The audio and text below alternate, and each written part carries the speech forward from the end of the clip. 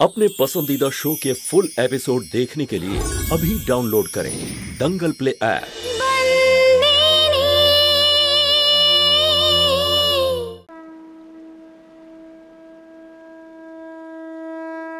যাকে আমি আমার মনের কথা এটা শোনার পর বলতে পারিনি যে তার বিয়ে অন্য কারোর সাথে হতে চলেছে, আজ সেই মেয়েটা আমার সামনে দাঁড়িয়ে আছে। আজ শান্ত মাহিয়া বংশী হয়ে আমার সামনে দাঁড়িয়ে আছে। আমার জন্য ও কাদম্বরীকে বিয়ে করতে চাইছে না। আমি সেই মেয়ের ক্ষতির কারণ হতে চাই না যাকে আমি আমার সন্তান মনে করি।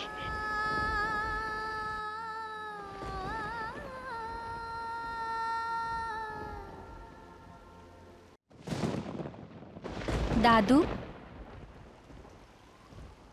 তোমার সাথে কিছু কথা ছিল। বল মা। যখন সন্তোর বিয়ে তুমি মালিকের সাথে দিলে, তোমার উপর খুব রাগ করেছিলাম, কারণ মালিকের 5 জন সন্তান, আর তুমি বলেছিলে যে তুমি সব কিছু জানো, তাও এই বিয়েটা দিচ্ছ তুমি। তখন সন্তোর জন্য খারাপ লেগেছিল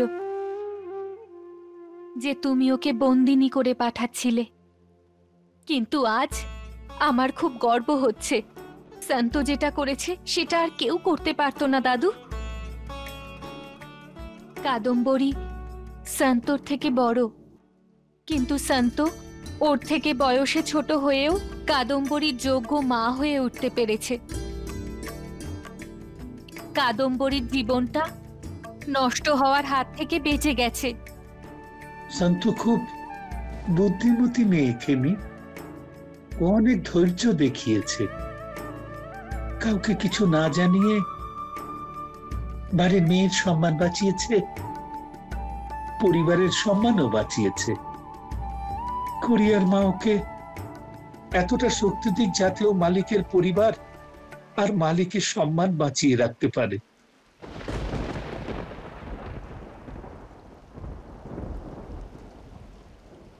দাদু, আমি এখনই আসছি। ঠিক আছে মা।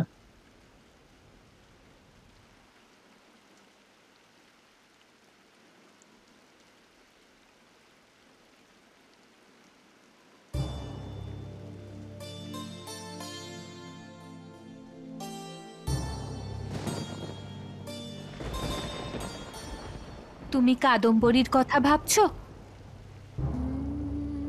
বিয়ে ভেঙেছে, সেজন্য খারাপ লাগছে,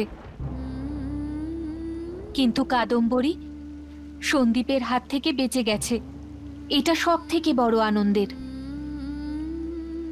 যত বড়ই ঝড় হোক না কেন, এক সময় ঠিক থেমে যায়।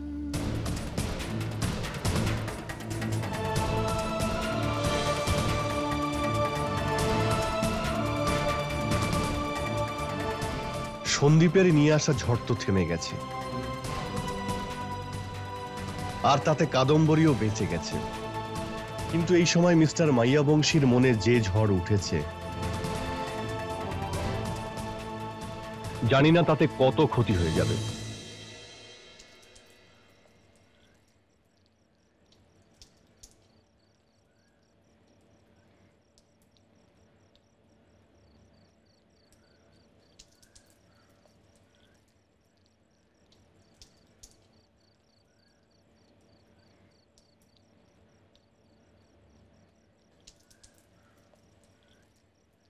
সারা রাত তুই ঘুমোসনি, এখন ভোর হতে চলল, এবার একটু শো ভাই। সুভদ্রা বারবার আমাকে না করত, কিন্তু আমি জেদ করে সব সময় যা চাইতো তাই নিয়ে আসতাম কাদম্বরীর জন্য। যখন যা ও চেয়েছে, ও কখনোই কিন্তু সেগুলো ওর মায়ের কাছে চাইতো না, বারবার আমার কাছেই চাইতো। এটা বলা হয়ে থাকে যে মা না থাকলে একটা মেয়ের সমস্ত দায়িত্ব পালন করা খুবই কঠিন কাজ, কিন্তু আমি আমার সব দায়িত্ব পালন করে এসেছি। আমার সঙ্গে ও কেন এরকমটা করলো? ভাই, আমি দিদি ভাই, যত রকম ভাবে দুঃখ আমি এই কাদম্বরী লগ্নভ্রষ্টা হয়েছে বলে পেয়েছি, তার থেকে অনেকটা বেশি কষ্ট আমার এই ব্যাপারে হচ্ছে যে নিজের জীবনে কাদম্বরী এত বড় একটা পদক্ষেপ নিল, আমাকে বলল না, না আশীর্বাদের আগে না আশীর্বাদের পরে, বিয়ের আগেও না। আর এই গোটা সময়টা ধরে ও ওই ছেলেটার সঙ্গে দেখা করে এসছে, কিন্তু আমার কাছে গোটা বিষয়টা লুকিয়ে গিয়েছে, আমাকে প্রতারণা করেছে। কত ছোট ছিল ও একদিন।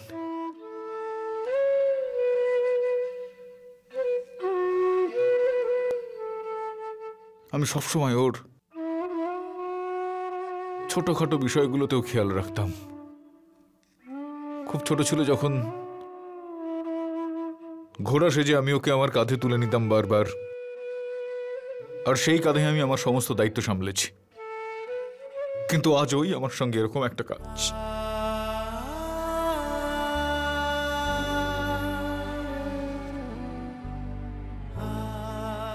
তুই নিজেকে সামলা ভাই, ও তো ছোট।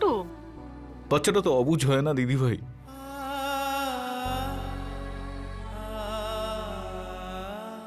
আমার এই অবুঝ মেয়েটা আমার সঙ্গে প্রতারণা করলো,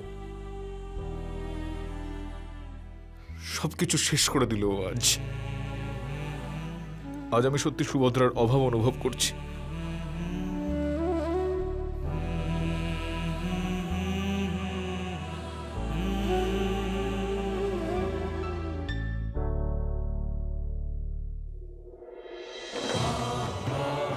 একটা কাজ করো তুমি দিদি ভাই, বাড়ির সব সদস্যদের এক জায়গায় একত্রিত করো।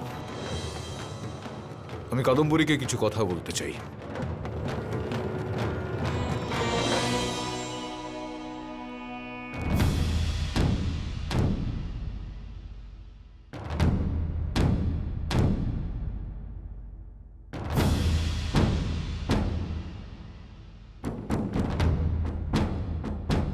ধর্মরাজ, কি হয়েছে বাবা?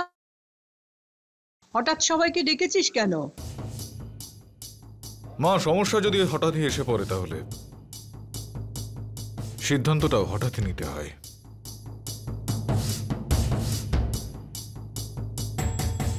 আমি সবসময় অন্যায়কে নিচু চোখে দেখে এসেছি। সবসময় অপরাধীদের তাদের অপরাধের জন্য আমি শাস্তি দিয়ে এসেছি। যদি তারা মাইয়া বংশের সদস্য হয় তাহলে মৌলিককে তার অপরাধের শাস্তি আমি দিয়েছি, আর হিতেন মৌলিককে তাড়িয়ে দেওয়ার জন্য সেই শাস্তিও আমি দিয়েছি। যদি কাদম্বরীকে তার অপরাধের শাস্তি আমি না দিই তাহলে সেটা অন্যায় হবে আমার ক্ষেত্রে। বাবা না জেনে ভুল করেছে। হ্যাঁ, ভুল মানুষ অজান্তে মাঝে মধ্যে করে ফেলে মা, কিন্তু কাদম্বরী এই সমস্ত কিছু জেনে শুনে করেছে। সেই কারণে আমি ওকে ওর অপরাধের জন্য শাস্তি দিতে আজ এখানে ডেকেছি। তোর শাস্তি হলো এটা কাদম্বরী,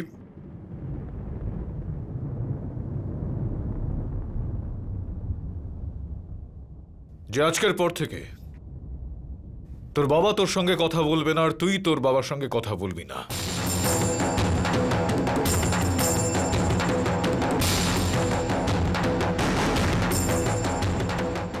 ভাই এসব তুই কি বলছিস? কাদম্বরীর জায়গায় যদি আমার ছেলেরাই কাজটা করতো তাহলে ওদেরকে আমি ধাক্কা দিয়ে বাড়ি থেকে বার করে দিতাম।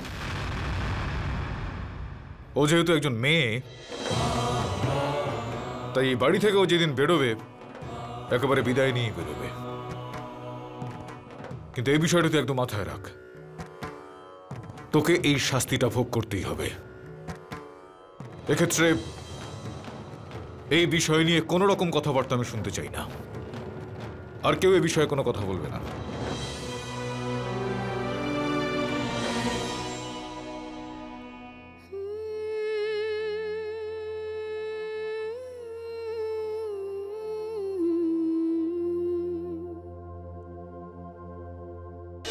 फुल एपिसोड देखने के लिए अभी डाउनलोड करें दंगल प्ले ऐप।